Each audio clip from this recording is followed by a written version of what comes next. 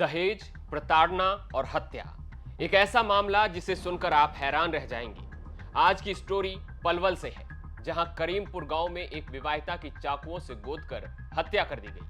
आइए हम आपको ये पूरी खबर बताते हैं। नमस्कार, मैं हूं आशीष कुमार झा और आप देख रहे हैं हरियाणा तक का ये खास शो क्राइम स्टोरी।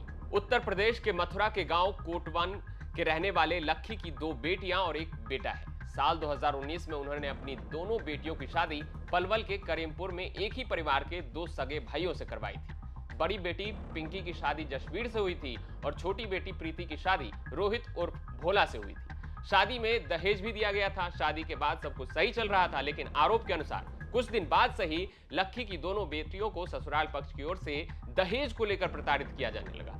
इस दौरान कई बार गांव में पंचायत की गई और समझाया गया, लेकिन बावजूद इसके ससुराल पक्ष की ओर से दोनों को लगातार प्रताड़ित किया जा रहा था। अब रविवार 28 सितंबर को सुबह करीब 5 बजे लक्की को बड़ी बेटी के पति जसवीर ने फोन किया। जसवीर ने बताया कि उनकी छोटी बेटी प्रीति का गला कटा हुआ है और वो खून से लथपथ पड़ी हुई है।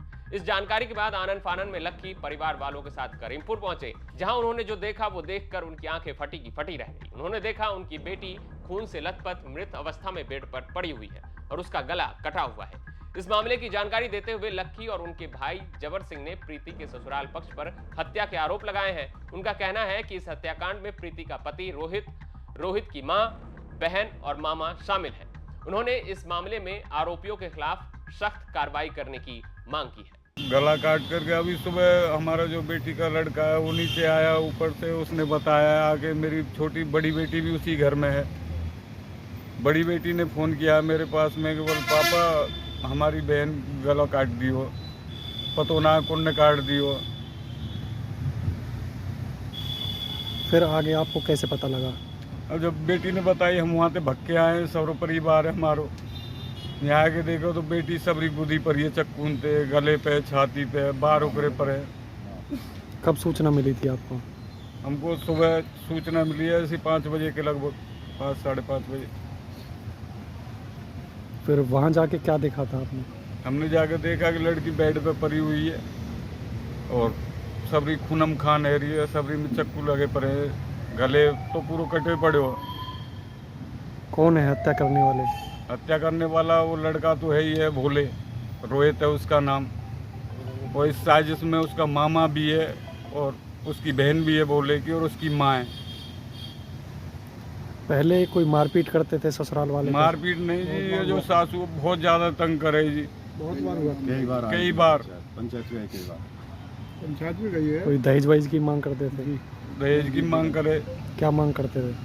पहले भी दियो, खूब दियो, गाड़ी की जी, पैसा भी डाला है मोबाइल। मैंने दुकान खुलवाई, बेटी ने कपड़ा की जाते बच्चा अपने बखत के पास कर ले। 50,000 की दुकान खुलवाई है, भैंस दी है, एक 70,000 की भैंस खरीद के दी है। शिकायत दे दी है पुलिस को आपने? हाँ जी।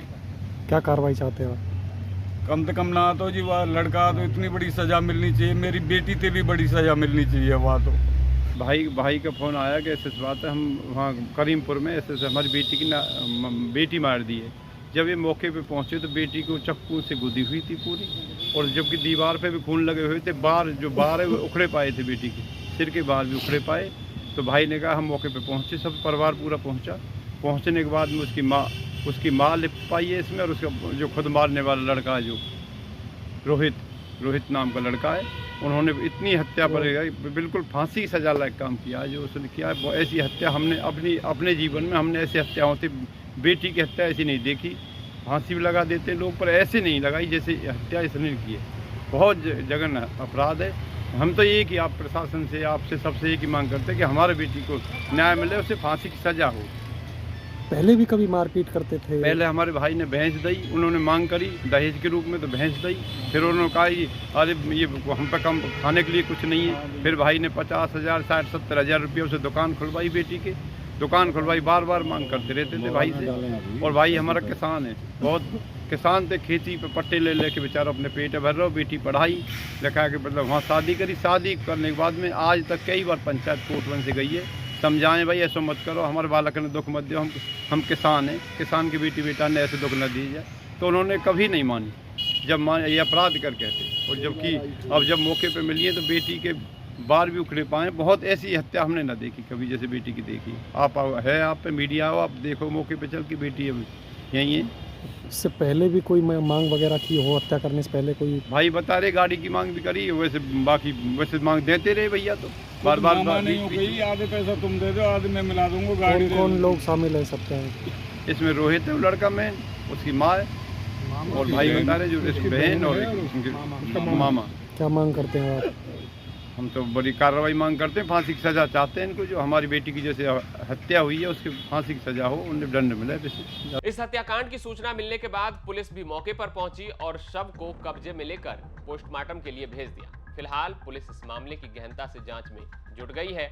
अब देखना होगा कि जांच में क्या निकलकर सामने आता है और प्रीति का हत्यारा कौन निकलता है। आप देख रहे थे क्राइम स्टोरी। क्राइम स्टोरी के अगले भाग में हम फिर किसी खबर के साथ लौटेंगे। तब तक हरियाणा से जुड़ी तमाम खबर देखते रहें हरियाणा